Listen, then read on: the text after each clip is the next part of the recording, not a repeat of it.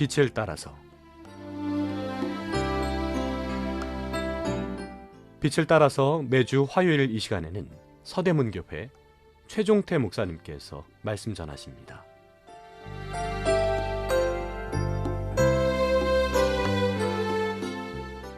애청자 여러분, 안녕하십니까? 지난 시간에 이어 성경을 역사적 흐름에 따라 읽어가는 연대기 성경 읽기란 큰 제목을 가지고 계속 상고해 보겠습니다. 이번 시간은 성경 읽을 때 염두에 두어야 할 원칙 나머지 부분입니다. 지난 시간에 성경을 읽을 때 염두에 두어야 할 원칙 세 가지를 말씀드렸습니다. 성경은 하나님의 시각으로 읽어야 합니다. 성경은 성령님의 조명으로 읽어야 합니다. 성경은 행하기 위해서 읽어야 합니다. 이번 시간에 말씀드릴 나머지 두 가지 원칙입니다.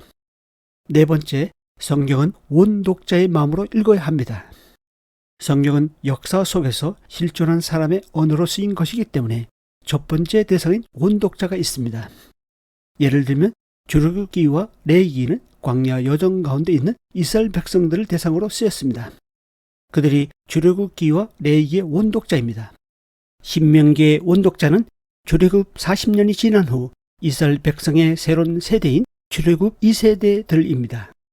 그들이 신명기를 통해 부모들이 들었던 과거의 율법 내용을 다시 들었을 때 가나안을 정복해야 하는 당사자였던 그 세대에게는 어떤 특별한 의미로 다가왔을 것입니다.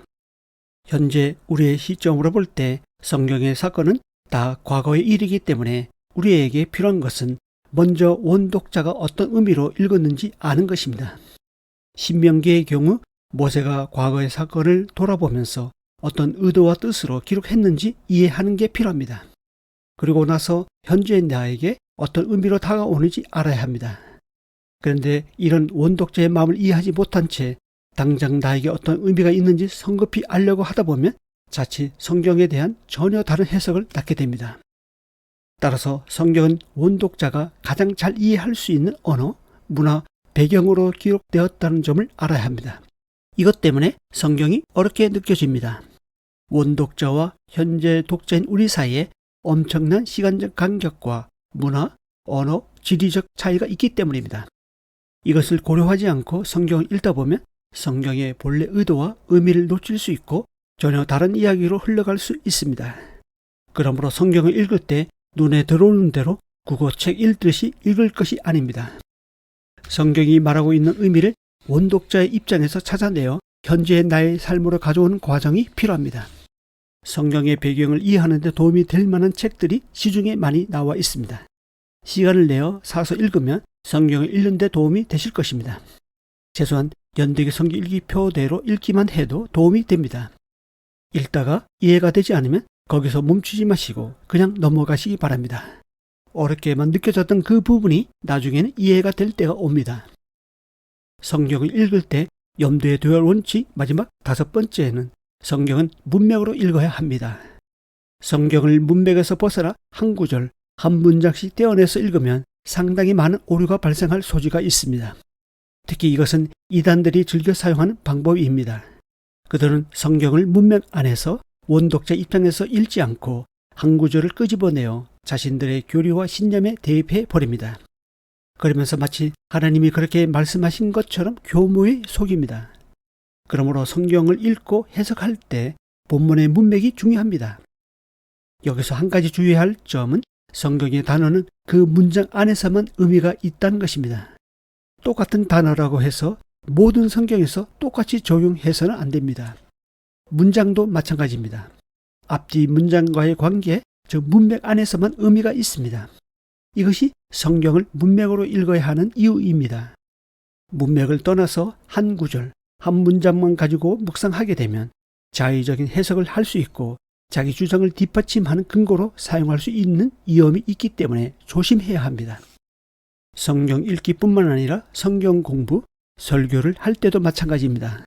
성경 문맥의 원 의미를 고려하지 않고 성경 한 구절을 말해놓고 다른 뜻, 다른 논리를 펼쳐서는 안 됩니다. 한 예를 들어보겠습니다. 이사야 34장 16절입니다. 너희는 여호와의 책에서 찾아 읽어보라. 이것들 가운데서 빠진 것이 하나도 없고 제 짝이 없는 것이 없으리니 이는 여호와의 입이 이를 명령하셨고 그의 영이 이것들을 모으셨음이라. 어떤 사람은 이 구절을 가지고 구약과 신약이 서로 짝이 있다고 합니다. 저 또한 한때는 그렇게 들었고 그렇게 말한 적이 있습니다. 물론 구약은 신약을 예언하고 신약은 구약을 해석합니다. 이 말 자체가 틀린 게 아닙니다.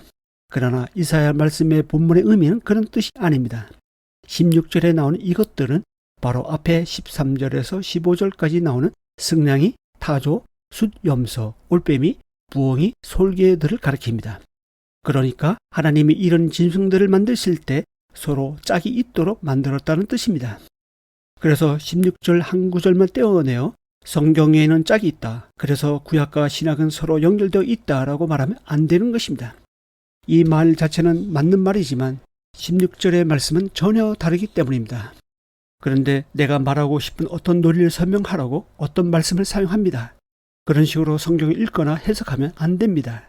성경이 나를 해석해야 하는데 이미 어떤 결론을 내놓고 그 결론의 권위를 갖고 싶어서 성경을 도구로 사용해서는 안 되는 것입니다.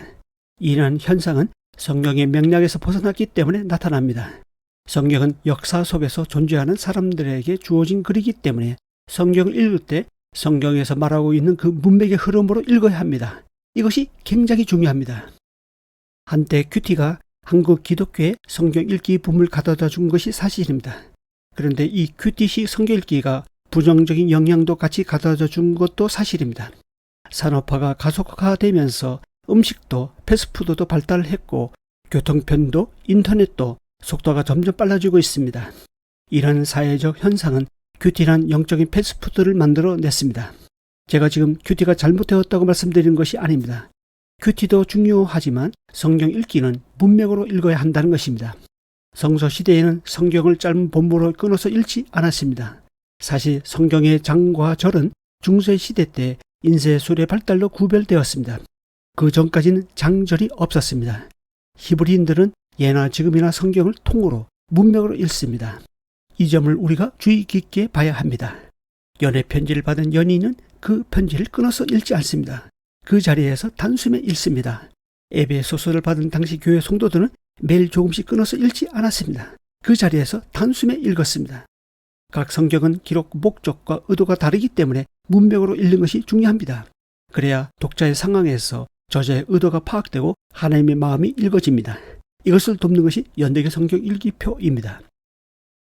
이 방송을 듣고 계신 애청자 여러분, 지금까지 성경을 읽을 때 염두에 두을 원칙 5가지를 상고해 보았습니다.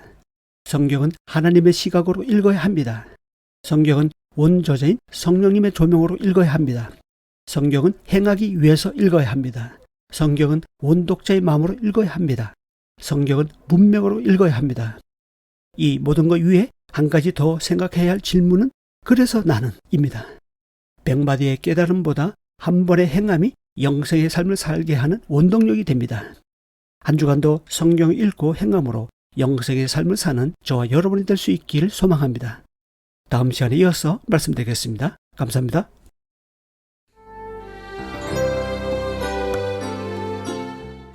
빛을 따라서 지금까지 서대문교회 최종태 목사님께서 말씀 전하셨습니다.